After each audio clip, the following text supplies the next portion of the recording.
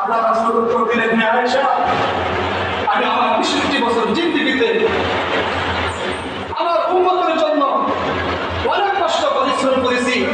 কাফেরের হাতে আমি মার খেয়েছি। মক্কার লোকেরা ছোট ছোট বাচ্চাদেরকে, যুবকদেরকে এরকমভাবে লড়াই দিছে, তারা এরকমভাবে আমাকে পাথর মারছে, চাক্কা দিছে, ঢিল দিছে। তারপরও আমি এরকমভাবে দাওয়াতের কাজ চালাই গেছি। আমি যখন নামাজ আদায় করছি, মক্কার মুশরিকরা এরকমভাবে আমি যখন সাজদায় গেছি, তারা উল্টা কুতুরি আইনে আমার কাঁধের উপরে দিয়ে দিছে। আমি মাথা উঠাইতে পারতাম না।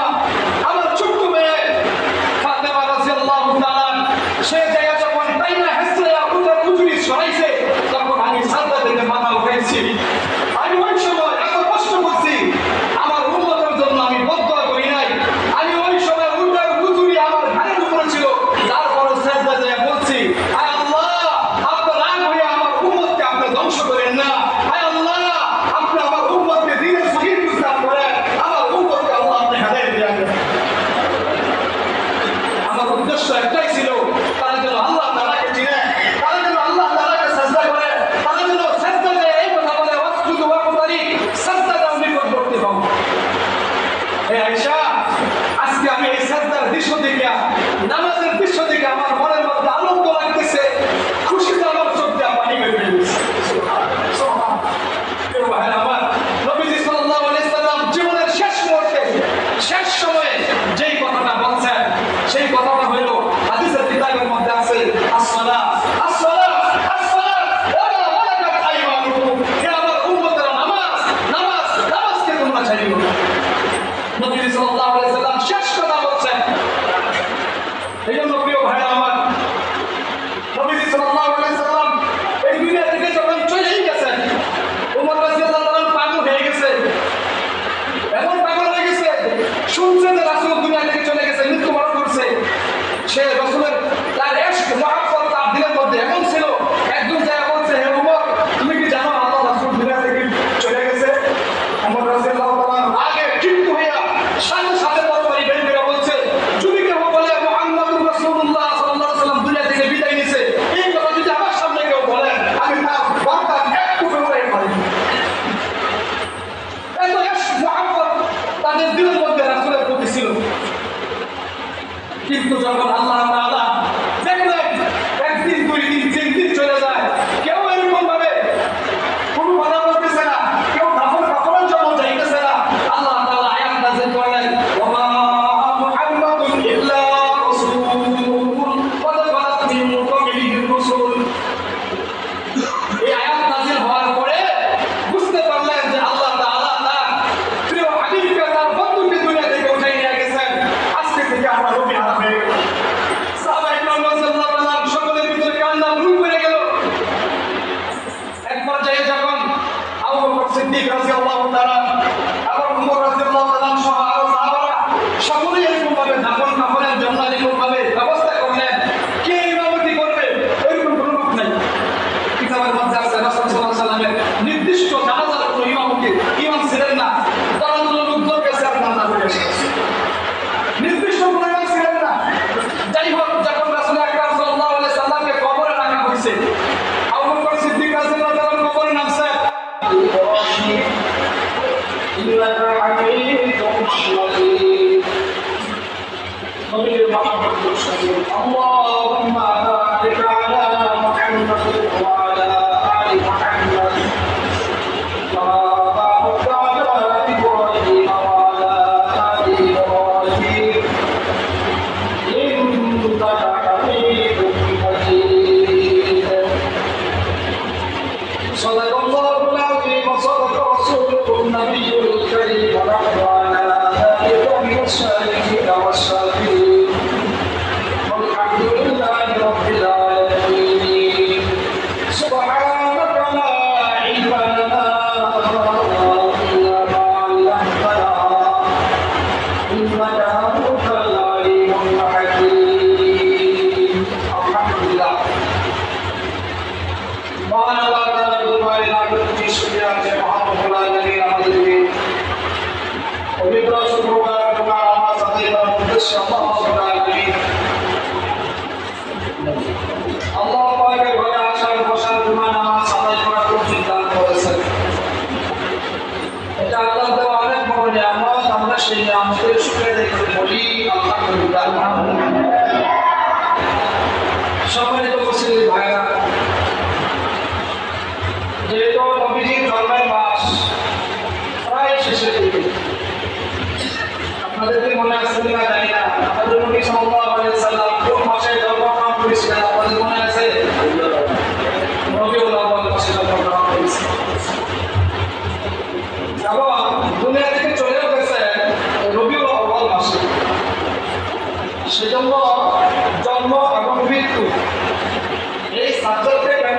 অল্প কিছু সময় দিনে কিছু কথাবার্তা মোটা গেলা আপনাদের সামনে আলোচনা করার উদ্দেশ্যে বসেছি। আল্লাহ তাআলা যেন আমাদেরকে এখান থেকে কিছু শিখে শুনে বুঝে আমল করার তৌফিক দান করেন, সাথে বলে আমিন। আমি আয়াতে কারিমা তেলাওয়াত করেছি। আল্লাহ তাআলা বলেন, ওয়া মা আরসালনাকা ইল্লা রাহমাতাল লিল আলামিন। এই আয়াতের অর্থ হলো আল্লাহ রাব্বুল আলামিন আমাদের নবী জনাব মুহাম্মদ রাসূলুল্লাহ সাল্লাল্লাহু আলাইহি সাল্লামকে সারা জাহানের জন্য রহমত স্বরূপ পাঠাইছেন। বলি আলহামদুলিল্লাহ।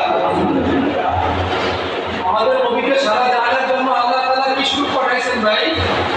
রহমত স্বরূপ পাঠাইছেন। তো আল্লাহ রাব্বুল আলামিনের কাছে হযরত ইব্রাহিম আলাইহিস সালাতু ওয়াস সালাম আগে দোয়া করেছিলেন।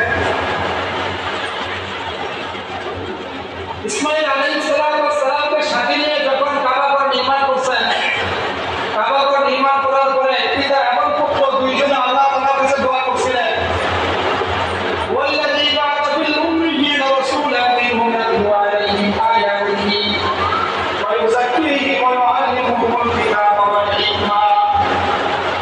তারা দোয়া করে আল্লাহ তাআলার কাছে বলছিলেন, হে আমাদের মালিক, হে আমাদের রব, আপনি আমাদের বংশের মধ্যে এমন একজন রাসূল পাঠাইবেন যার দায়িত্ব হবে চারটা। কয়টা ভাই? চারটা কাজের দায়িত্ব দিয়ে আমাদের বংশে একজন রাসূল পাঠাইবেন। এই দোয়া ইব্রাহিম এবং ইসমাঈল আলাইহিস সালাতু ওয়াস সালাম আল্লাহ তাআলার কাছে করছিলেন। তাই ধারাবাহিকতা আল্লাহ রাব্বুল আলামিন তাদের দোয়া কবুল করছেন। জনাব মুহাম্মদ রাসূলুল্লাহ সাল্লাল্লাহু আলাইহি সাল্লামকে চারটা কাজের দায়িত্ব দিয়া শেষ নবী হিসেবে আল্লাহ তাআলা দুনিয়ার মধ্যে প্রেরণ করেছেন। বলি আলহামদুলিল্লাহ। নবী সাল্লাল্লাহু আলাইহি সাল্লামের জন্মের ইতিহাস আপনাদের সামনে আলোচনা করতেছিলাম। নবী সাল্লাল্লাহু আলাইহি সাল্লাম শেষ নবী এবং বিশ্ব নবী, সারা জাহানের জন্য রহমত স্বরূপ। আল্লাহ রাব্বুল আলামিন নবীজির জন্মের সময় কিছু এরকম ঘটনা ঘটাইছিলেন।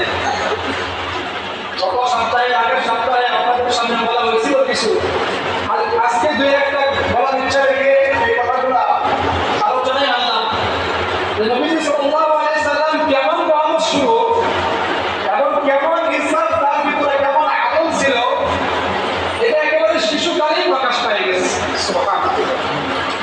এখন বলতে পারেন, হুজুর নবীজি সাল্লাল্লাহু আলাইহি সাল্লামকে আল্লাহ তাআলা পাঠাইছেন কুরাইশ বংশে এবং আরব দেশের পাঠাইল। আরব দেশ ছাড়া তো আরো অন্যান্য দেশ ছিল, কিন্তু আল্লাহ তাআলা আরব দেশে কেন পাঠাইল? মক্কা নগরীতে কেন পাঠাইল? এই কথাটা বুঝার জন্য আরেকটু পিছন থেকে আমি আপনাদেরকে অবগত করতে চাই যে আমাদের এই দেশ থেকে, আমাদের বাংলাদেশ থেকে প্রায় ৪,৫০০ কিলোমিটার পশ্চিমে এবং হযরত আদম আলাইহিস সালাতু ওয়াস সালামের জন্মের ৯,৩১৩ বছর পর, হযরত নূহ আলাইহিস সালামের প্লাবনের ৬,১৩৫ বছর পর এবং হযরত ইব্রাহিম আলাইহিস সালাতু ওয়াস সালামের জন্মের ৩,৫০০ বছর পরে আর হযরত নূহ আলাইহিস সালাম, মূসা আলাইহিস সালাতু ওয়াস সালামের জন্ম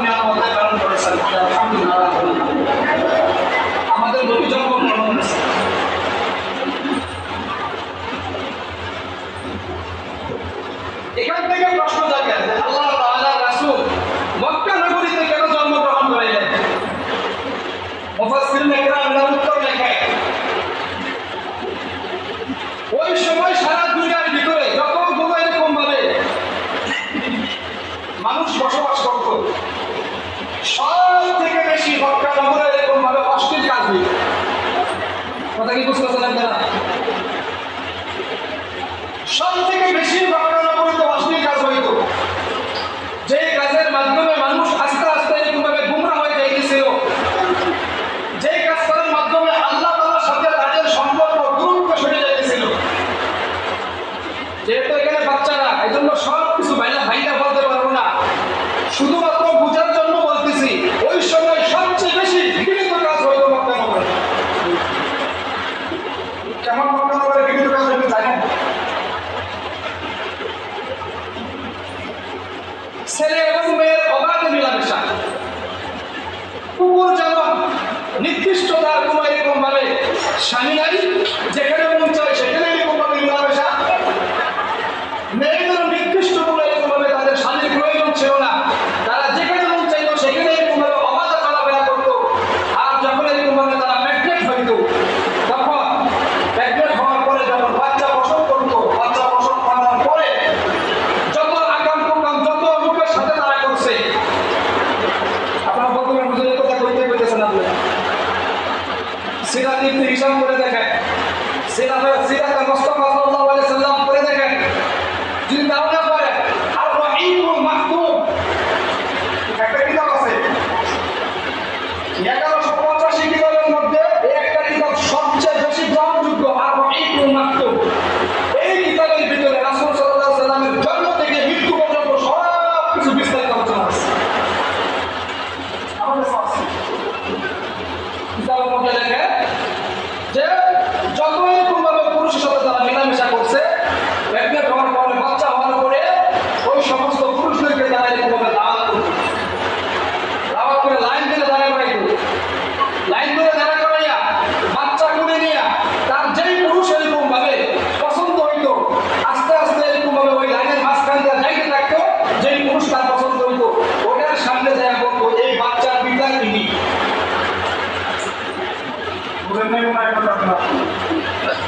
যখন এই কথা বলতো এই প্রথম দাদা তার সাথে ওই সময় তার বিয়ে হইত, তাহলে এখন বুঝেন ওই সময় কি পরিমাণে অশ্লীল কাজ মক্কা নগরে হইত।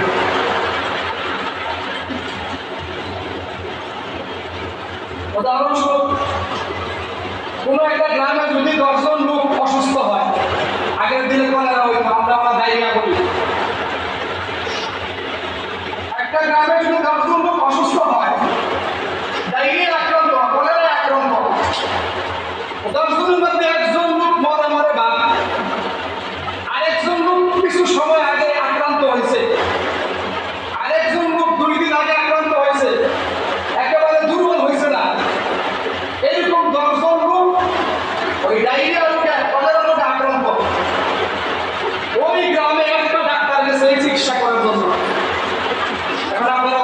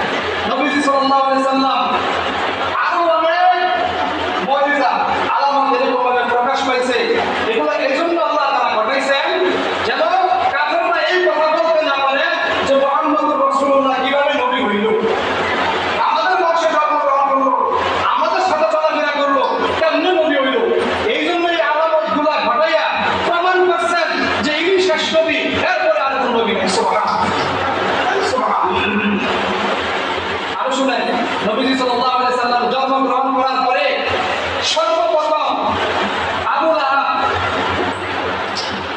তার একজন বাদী ছিল, নাম ছিল সুহাইবা। এই আবু লাহাবের বাদী সুহাইবা আবু লাহাবকে যাই খবর পৌঁছাই দিল, আপনার ভাতিজা মুহাম্মদ হয়েছে, দুনিয়াতে আগমন করছে। আবু লাহাব তো ঈমান আনে নাই, কিন্তু ভাতিজা দুনিয়াতে আসছে, এই জন্য সে খুশি হইয়া আমার দিকে খেয়াল করে, খুশি হইয়া এই দুই আঙ্গুল দিয়া তার বাদী আবু লাহাবের বাদী সুহাইবাকে চিরতরে আজাদ করে দিল। কেন? তুমি যে আমাদের একটা খুশি সংবাদ দিলা আমার ভাতিজা মুহাম্মদ হয়েছে,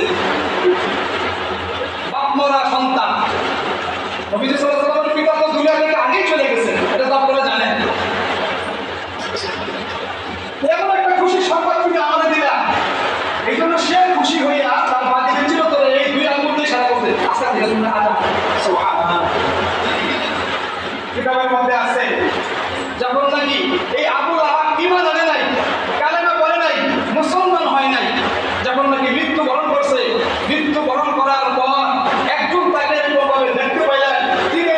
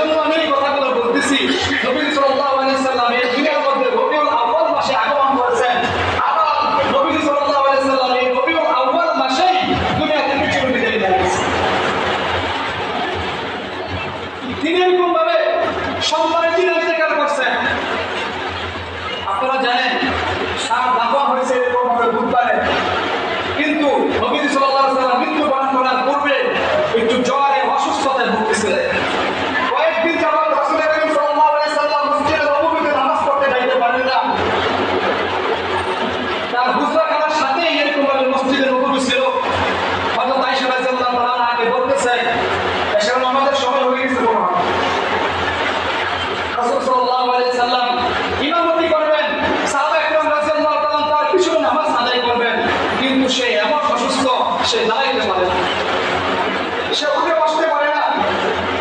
হযরত আয়েশা রাদিয়াল্লাহু তাআলাকে বলতেছেন যে তুমি আমার মাথাটা একটু উঁচু করে ধরো। সাহাবায়ে কেরাম রাদিয়াল্লাহু তাআলা এশার নামাজ আদায় করার জন্য সবাই মসজিদে রাসূলের জন্য অপেক্ষা করতেছে, রাসূল আসবে ইমামতি করবে আর আমরা নামাজ আদায় করব। কিন্তু দীর্ঘ সময় অপেক্ষা করার পর যখন দেখতেছে রাসূল আকরাম সাল্লাল্লাহু আলাইহি ওয়াসাল্লাম নামাজে উপস্থিত হইতেছেন না, কে ইমামতি করবে, একজন আরেকজনের দিকে তাকাইতেছে। আল্লাহ রাসূল সাল্লাল্লাহু আলাইহি ওয়াসাল্লাম এই দৃশ্যটা অনুভব করতে পারছেন, বুঝতে পারছেন, সেজন্য আয়েশা রাদিয়াল্লাহু তাআলাকে বলতেছে আমার মাথা একটু উঁচু করে ধরো। আল্লাহ রাসূল সাল্লাল্লাহু আলাইহি ওয়াসাল্লাম মাথা একটু আয়েশা রাদিয়াল্লাহু তাআলা উঁচু করে ধরলেন। ধরার পরে দেখে মসজিদ ভর্তি মুসল্লি সাহাবায়ে কেরাম। উনি ইশারা করলেন, আবু বকর রাদিয়াল্লাহু তাআলা দেখতেছে আল্লাহ রাসূল সাল্লাল্লাহু আলাইহি ওয়াসাল্লাম জান্নাতের তার দিকে তাকায় রয়েছে, ইশারা করে বললেন যাও নামাজের ইমামতি করো। আবু বকর সিদ্দিক রাদিয়াল্লাহু তাআলা আল্লাহ রাসূল অসুস্থ থাকার কারণে আল্লাহ রাসূলের অনুমতি ক্রমে সে ঘুমাতে ইমামতি করলেন, এশার নামাজ আদায় করলেন। আল্লাহ রাসূল সাল্লাল্লাহু আলাইহি ওয়াসাল্লাম আয়েশা রাদিয়াল্লাহু তাআলাকে আবার বললেন, হে আয়েশা আমি দেখতে পাইলাম মসজিদ ভর্তি আমার সাহাবারা, আমার অপেক্ষায় তারা এরকম অপেক্ষমান, সবাই আশায় ছিল আমি ইমামতি করব, কিন্তু আমি যখন ইশারা করলাম আবু বকর সিদ্দিক রাদিয়াল্লাহু তাআলা সে নামাজের জায়গায় মুসল্লায় দাঁড়িয়ে গেছে, সে ইমামতি করতেছে, আমার সাহাবারা হয়তো নামাজে দাঁড়িয়ে গেছে, তুমি আমার মাথাটা আরেকটু উঁচু করে ধরো। আয়েশা রাদিয়াল্লাহু তাআলা রাসূল সাল্লাল্লাহু আলাইহি ওয়াসাল্লামের মাথা আবার আরেকটু উঁচু করে ধরলেন। যখন উঁচু করে ধরলেন রাসূল সাল্লাল্লাহু আলাইহি ওয়াসাল্লাম দেখলেন সাহাবারা সবাই নামাজের কাতারে দাঁড়িয়ে নামাজ আদায় করতেছে। আল্লাহ রাসূল সাল্লাল্লাহু আলাইহি ওয়াসাল্লামের দুই চোখ বেয়ে পানি পড়তেছে। আয়েশা রাদিয়াল্লাহু তাআলা জিজ্ঞাসা করলেন, ইয়া রাসূলুল্লাহ ইয়া হাবিবাল্লাহ, ৬৩ বছরের জিন্দেগিতে আপনি উম্মতের জন্য কাঁদলেন, নামাজকে প্রতিষ্ঠা করার জন্য কাঁদলেন, আজকে তো আপনি নিজ চোখে দেখলেন আপনার সাহাবারা আপনার উম্মত নামাজে দাঁড়াইছে, আপনি আজকে কেন কাঁদেন? আল্লাহ রাসূল উত্তর দিলেন, হে আয়েশা আমি আমার ৬৩ বছর জিন্দেগিতে আমার উম্মতের জন্য অনেক কষ্ট পরিশ্রম করেছি, কাফেরের হাতে আমি মার খেয়েছি, মক্কার লোকেরা ছোট ছোট বাচ্চাদেরকে যুবকদেরকে এরকমভাবে লেলাই দিছে, তারা এরকমভাবে আমাকে পাথর মারছে, চাক্কা দিছে, ঢিল দিছে, তারপরও আমি এরকমভাবে দাওয়াতের কাজ চালাই গেছি। আমি যখন নামাজ আদায় করছি মক্কার মুশরিকরা এরকমভাবে আমি যখন সাজদায় গেছি তারা উল্টা কুচুরি আইনে আমার কাঁধের উপর দিয়ে দিছে, আমি মাথা উঠাইতে পারতাম না। আমার ছোট্ট মেয়ে ফাতেমা রাদিয়াল্লাহু তাআলা সে জায়গা যখন তাইনা হেসলে উল্টা কুচুরি সরাইছে তখন আমি সাজদা থেকে মাথা উঠাইছি। আমি ওই সময় এত কষ্ট করছি, আমার উম্মতের জন্য আমি বদদোয়া করি নাই, আমি ওই সময় উল্টা কুচুরি আমার ঘাড়ের উপরে ছিল, তারপরে সাজদা দিয়ে বলছি, আয় আল্লাহ আপনি রাগ হয়ে আমার উম্মতকে আপনি ধ্বংস করেন না, আয় আল্লাহ আপনি আমার উম্মতকে দ্বীনের সহিহ বুঝদান করেন, আমার উম্মতকে আল্লাহ আপনি হেদায়েত দিয়ে দেন। আমার উদ্দেশ্য একটাই ছিল তারা যেন আল্লাহ তাআলাকে চিনে, তারা যেন আল্লাহ তাআলাকে সাজদা করে, তারা যেন সাজদা দিয়ে এই কথা বলে ওয়াসজুদু ওয়াকতারি, সাজদা দাও নিকটবর্তী হও। হে আয়েশা আজকে আমি এই সাজদার দৃশ্য দেখে নামাজের দৃশ্য দেখে আমার মনের মধ্যে আনন্দ লাগতেছে, খুশিতে আমার চোখ দিয়ে পানি বের হয়ে গেছে। আমার নবীজি সাল্লাল্লাহু আলাইহি ওয়াসাল্লাম জীবনের শেষ মুহূর্তে শেষ সময়ে যেই কথাটা বলছেন সেই কথাটা হলো হাদিসের কিতাবের মধ্যে আছে আসসালাত আসসালাত আসসালাত ওয়া মালাকাত আইমানুকুম, হে আমার উম্মতেরা নামাজ নামাজ নামাজকে তোমরা ছাড়িও না। নবীজি সাল্লাল্লাহু আলাইহি ওয়াসাল্লাম শেষ কথা বলছেন। এই জন্য প্রিয় ভাইরা আমার নবীজি সাল্লাল্লাহু আলাইহি ওয়াসাল্লাম এই দুনিয়া থেকে যখন চলেই গেছেন ওমর রাদিয়াল্লাহু তাআলা পাগল হয়ে গেছে, এমন পাগল হয়ে গেছে শুনছে যে রাসূল দুনিয়া থেকে চলে গেছে, মৃত্যুবরণ করছে। সে রাসূলের তার ইশক মহব্বত তার দিলের মধ্যে এমন ছিল, একদম যায় বলছে, হে ওমর তুমি কি জানো আল্লাহ রাসূল দুনিয়া থেকে চলে গেছে? ওমর রাদিয়াল্লাহু তাআলা আগে ক্ষিপ্ত হইয়া সাথে সাথে তরবারি বের করে বলছে, যদি কেউ বলে মুহাম্মদ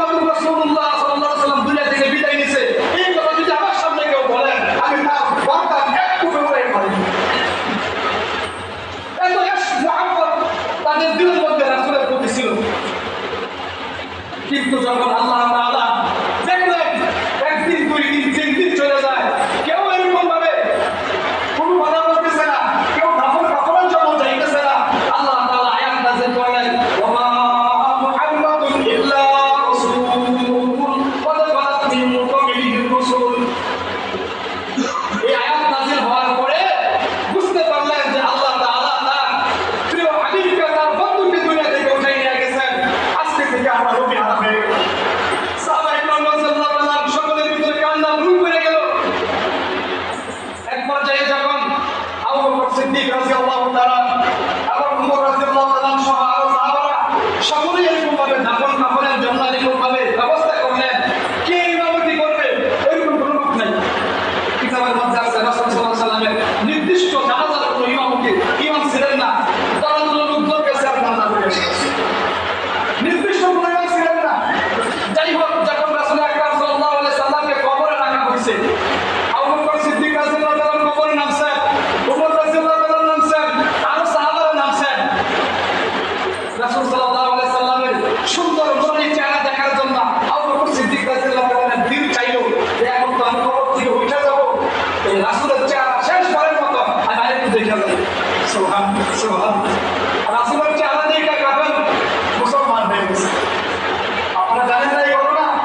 ইহুদি কুকুর লালন পালন করছে রাসূলকে আক্রমণ করার জন্য, দাওয়াত করে তার বাড়িতে গেছে।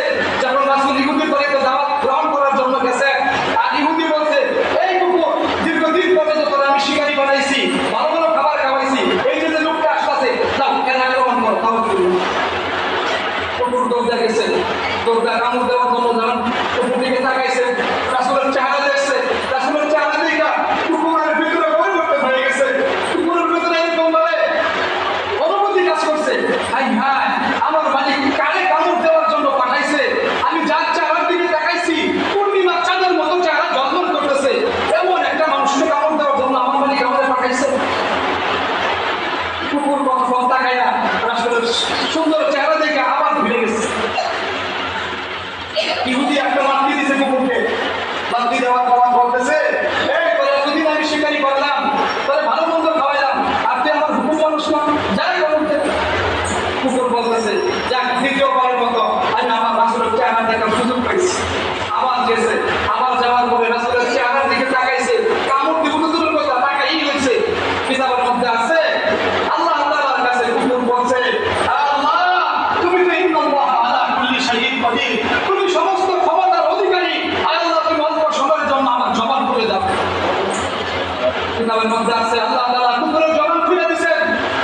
কুকুর তার মালিককে বলতেছে, হে নাফরমান, তুই চিনস না, আমি দেখছি যাকে তুই কামড় দেওয়ার জন্য আমারে পাঠাইছস, আমি তার চেহারার দিকে যখন তাকাইছি আমি আল্লাহর আরশ পর্যন্ত দেখতে পাইছি। তিনি শাশ্বতী, এনাকে সৃষ্টি না করলেন, তুইও হইবি না, আমিও হইতাম না, তুই তারে কামড় দেওয়ার জন্য আমারে পাঠাইছস। আমার জীবন একবার না দুইবার না 1000 বার যদি চলে যায়, আমি তার একটা পশুর ক্ষতি করার পুরো অধিকার আমার না। কুকুর যখন এই কথা বলছে, কিতাবের মধ্যে আসছে, প্রিয় ভাইরা আমার, ওই ইহুদির দিল প্রকম্পিত হয়ে গেছে, নাড়া দিছে, আই ভাই, আমি কারে আক্রমণ করার জন্য আমার শিকারীকে পাঠাইলাম। রাসূল সাল্লাল্লাহু আলাইহি ওয়াসাল্লামের কাছে ইহুদিরা বলতেছে, ইয়া রাসূলুল্লাহ, ইয়া হাবিবাল্লাহ, জিন্দেগি ভর আপনার বিরুদ্ধে আমি এরকম ভাবে খাচ্ছি, আপনার নাফরমানি করছি, আসলে আপনারে চিনি নাই, মানুষ হয়ে আমি আপনারে চিনতে পারি নাই, একটা কুকুর আপনাকে চিনতে পারছে। ইয়া রাসূলুল্লাহ, ইয়া হাবিবাল্লাহ, আজকে যে বেদবি আপনার কাছে আমি করছি, আমার বেদবিকে আপনি মাফ করে দেন, আমার কালেমা পড়ায় মুসলমান হন। জনাবে মুহাম্মদুর রাসূলুল্লাহ সাল্লাল্লাহু আলাইহি ওয়াসাল্লাম সুন্দর চেহারা আচার আচরণ দেখিয়া কাফের মুসলমান হয়ে গেছে। আবু বকর সিদ্দিক রাদিয়াল্লাহু তাআলা চিন্তা করলেন যে এখন কবর থেকে উঠে যাব, রাসূলের চেহারা আর দেখা হবে না, শেষবারের মতো আজকে রাসূলের চেহারা একটু দেখে যাব। রাসূল সাল্লাল্লাহু আলাইহি ওয়াসাল্লামকে কাপড় দিয়ে মোড়ানো, তিনটা ভাঁজা হবে, আপনারা জানেন। মুখের কাপড়টা সরাইছে, মুখের কাপড় সরানোর পরে কবরের ভিতরে নাই না। আবু বকর সিদ্দিক রাদিয়াল্লাহু তাআলা দেখতেছেন আল্লাহ রাসূল সাল্লাল্লাহু আলাইহি ওয়াসাল্লামের পবিত্র ঠোঁট দুইখানা এরকম বলতেছে, মাছ যেমন পানির উপরে ভাইসা, মাছ যেমন পানি পান করে আদার খায়, এমন টক টক করতেছে। কিতাবের মধ্যে লেখা আবু বকর সিদ্দিক রাদিয়াল্লাহু তাআলা তার নিজেকে স্থির রাখতে পারলেন না। উনি চিন্তা করলেন রাসূলের ঠোঁট যে এত রক্ত আছে, অবশ্যই কিছু না কিছু উচ্চারণ হইতেছে। আবু বকর সিদ্দিক রাদিয়াল্লাহু তাআলা কান ঠোঁটের কাছে নিলেন, ঠোঁটের কাছে নেওয়ার পরে শুনতেছে রব্বি হাবিলি উম্মতি, রব্বি হাবিলি উম্মতি। আয় আল্লাহ, আমার উম্মতদেরকে অবস্থা করো, আমার উম্মতকে তুমি জাহান্নাম থেকে বাঁচাও। আবু বকর সিদ্দিক রাদিয়াল্লাহু তাআলা নিজের আর কন্ট্রোল করতে পারলেন না, চোখ দিয়ে পানি বের হয়ে গেছে। বলতেছে ইয়া রাসূলুল্লাহ, ইয়া হাবিবাল্লাহ, 63 বছরের জিন্দেগিতে আপনি উম্মতের জন্যই কাঁদলেন, আজকে আপনাকে কবরে রাখা হয়েছে, এই জায়গায় এসে আপনি উম্মতের কথা বলেন নাই, উম্মতের জন্যই কাঁদতেছেন। প্রিয় ভাই আমার, কিয়ামত যেদিন কায়েম হয়ে যাবে, ওই দিন ইসরাফিল আলাইহিস সালাতু ওয়াস সালাম 3টা ফু দিবে শিকার মধ্যে। 3টা ফু দেওয়ার পরে ইদা সামাউ ফাতারা, আসমান ভেঙে যাবে, ওয়া ইদাল কাওয়াকিবু ফাতারা, তারকারাজি খসে পড়ে যাবে, ওয়া ইদাল বিহার ফুজ্জিরা, ওয়া ইদাল কুবুর উসিরা, কবর থেকে সবাই উঠবে। কবর থেকে ওঠার পর আল্লাহ তাআলা হাসরের ময়দান কায়েম করবেন আর বিচার কার্য শুরু করবেন না। যখন আমাদের রাসূল জনাবে মুহাম্মদুর রাসূলুল্লাহ সাল্লাল্লাহু আলাইহি ওয়াসাল্লাম যখন স্টেজের মধ্যে নাম রাখেন, ততক্ষণ পর্যন্ত বিচার কার্য পরিচালনা করবেন। কিতাবের মধ্যে আছে যেদিন এই কবর থেকে আল্লাহ রাসূলকে ওঠানো হবে, ওই দিন আল্লাহ রাসূল সাল্লাল্লাহু আলাইহি ওয়াসাল্লামের শরীরের মধ্যে মাটির কাঁটা লেগে থাকবে, প্যাক লেগে থাকবে। জিজ্ঞাসা করা হবে, ইয়া রাসূলুল্লাহ, ইয়া হাবিবাল্লাহ, আপনারা যেদিন কবরে রাখা হয়েছিল ওই দিন তো আপনার শরীরের মধ্যে কোনো প্যাক কাঁটা মাটি ছিল না, আজকে কেন আপনার শরীরের মধ্যে প্যাক কাঁটা মাটি লেগে আছে? আল্লাহ রাসূল উত্তরে বলবেন, ও আমার উম্মতেরা, তোমরা কি জানো যেদিন থেকে তোমরা আমাকে কবরে রাখছো, ওই দিন থেকে আমি আল্লাহ তাআলার কাছে আমার উম্মতের জন্য দোয়া করতেছিলাম, কাঁদতেছিলাম। আমার চোখের পানি পড়তে পড়তে কবরের মাটি ভিজে এটা এরকম ভাবে কাটা হয়ে গেছে। এই সেই কবরের মাটি আমার শরীরের মধ্যে লাগছে। আমি এই কবরের মাটি নিয়ে আল্লাহ তাআলার দরবারে যাই উপস্থিত হব, যেন আমার এই কাদা মাখা শরীর থেকে আল্লাহ মায়া হয়, আমার উম্মতকে যেন আল্লাহ তাআলা মাফ করে রাখে। কেউ ভাই আমার সেই রাসূল বিদায় হজরত ভাষণে 2টা কথা বলছে। কটা কথা বলছে? সময় শেষ। 2টা কথা বলছে। বলেন নবী সাল্লাল্লাহু আলাইহি সাল্লাম, আল্লাহ রাসূল বলেন, তারাকতু ফীকুম আমরাইন লান তাদিল্লু মা তামাসসাকু বিকিতাবিহিমা সুন্নাতুল্লাহি ওয়া রাসূলিহি। বিদায় হজরত ভাষণে আল্লাহ রাসূল 2টা কথা বলছে। হে আমার উম্মতেরা, হে দুনিয়াবাসী, আমি তোমাদের মাঝে 2টা জিনিস রেখে গেলাম। যতদিন পর্যন্ত তোমরা এই 2টা জিনিসকে ভালোভাবে আঁকড়ে ধরবে, ততদিন পর্যন্ত তোমরা পথভ্রষ্ট হবে না। কয়টা জিনিস ভাই? কথা কি বুঝলেন আপনারা? যতদিন পর্যন্ত আপনারা এই 2টা জিনিস আঁকড়ে ধরবো, ততদিন পর্যন্ত আল্লাহ রাসূল বলেন তোমরা পথভ্রষ্ট হবে না। তোমাদের কোনো টেনশন নাই, তোমাদের কোনো চিন্তা নাই, তোমাদের কোনো পেরেশানি নাই। সেই 2টা জিনিস কি? একটা হলো কিতাব আল্লাহ, আল্লাহর কিতাব কোরআন। বলেন তো কোরআন কোথায় শিখে যাওয়া হয়? মাদ্রাসা। কোরআনকে ধরতে রাজি আছে? কোরআনের সহযোগিতা করতে সবাই রাজি আছে?